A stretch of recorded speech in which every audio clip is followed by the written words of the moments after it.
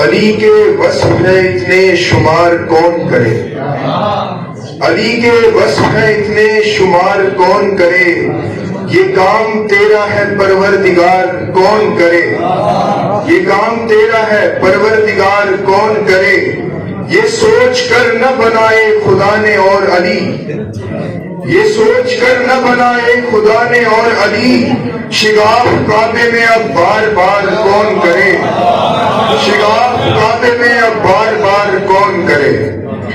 اب میں دعوت دیتا ہوں سید محمد ہادی ابن مولانا جعفر حسین جعفری صاحب، سید محمد ہادی ابن مولانا جعفر حسین جعفری صاحب، صلوات۔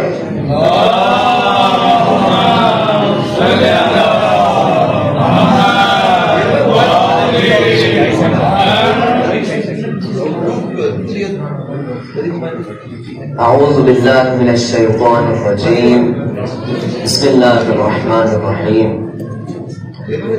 الحمد للہ رب العالمین وبہ نستعین وهو خیر ناصر ومعین، وصلی اللہ علی خیر خلقہ محمد وآلہ الطیبین الطاہرین، اما بعد، فقد قال علی علیہ السلام ان العدل میزان اللہ سبحانہ الذی وضعہ فی الخلق، بے شک عدالت خداوند متعال کا ایک ایسا ترازو ہے جو اس نے مخلوقات کے درمیان قائم کیا۔ سامعین محترم، سلام علیکم۔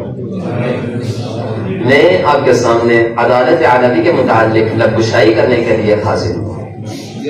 سامعین اکرام، عدالت ایک ایسی حقیقت کا نام ہے جس پر کائنات کا نظام قائم ہے، اور اگر عدالت و توازن ذرا سا بگڑ جائے تو نظام ہستی درہم برہم ہو جائے۔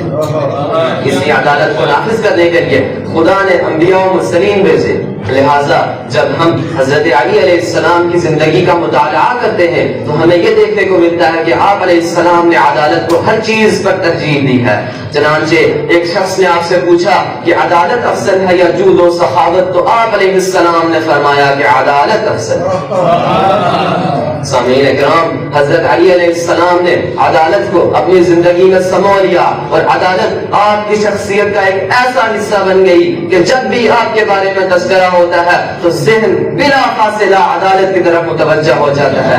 جیسا کہ آپ علیہ السلام نے فرمایا، اگر مجھے 7 اقلیم اس شرط پر دیے جائے کہ میں ایک چونٹی کے منہ سے جو کا چھلکا چھین لوں تو میں انہیں ٹھوکر مار سکتا ہوں، لیکن اس حد تک بھی بے عدالتی اور ظلم نہیں کر سکتا۔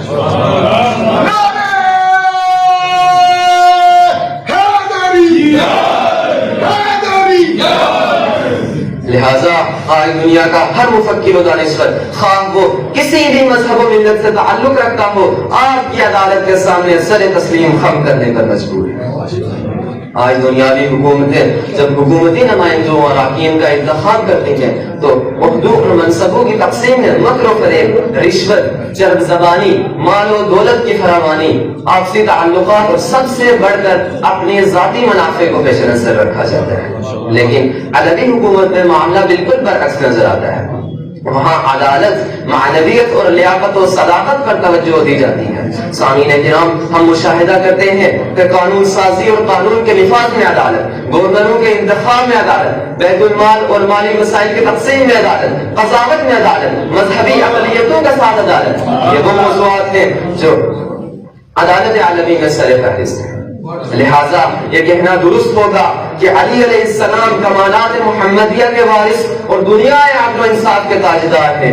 علی ایک ایسے چشمے کا نام ہے جو انسان کو ہر لحاظ سے سیراب کرتا ہے، اور تمام علوم و حکمت کا سرچشمہ، ہر محروم کی امید اور ہر مظلوم کی عدالت کی آواز ہے۔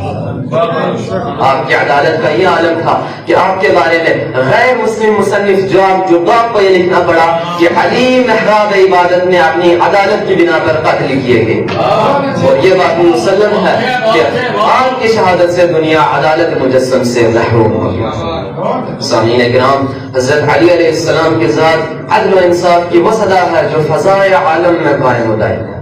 صرف ضرورت اس بات کی ہے کہ اس آواز کو دل کی گہرائی سے سنا جائے اور اس کے تقاضوں کے مطابق عمل کیا جائے۔ سامعین محترم، اب سب سے اہم سوال یہ ہے کہ کیا آج عدالت عدلی کی ضرورت محسوس نہیں ہو رہی؟ کیا ایسا زمانہ آئے گا کہ سیاسی، معاشی اور معاشرتی میدانوں میں ناانصافی اور بے عدالتی کا خاتمہ ہوگا، دنیا سے ظلم و ستم کا نام و نشان مٹے گا، تمام شہریوں کو ان کے بنیادی انسانی، مذہبی، شہری اور آئینی حقوق دستیاب ہوں گے، دہشت گردی، انتہا پسندی، فرقہ پرستی اور فرقہ وارانہ منافرت کا وجود مٹے گا، امن و خوشحالی کا دورہ ہوگا اور پوری دنیا میں عدالت پر مبنی عالمی حکومت قائم ہوگی۔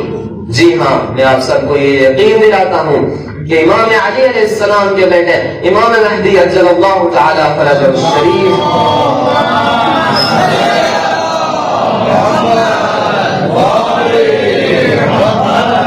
خدا کے حکم سے ظہور فرمائیں گے اور پوری دنیا کو عدل و انصاف سے بھر دیں گے۔ خدا مند متعال سے دعا گو ہوں کہ حضرت مہدی کے ظہور میں تعجیل فرمائے، ہمیں ان کے اعوان و انصار میں شمار۔ السلام علیکم ورحمۃ اللہ وبرکاتہ۔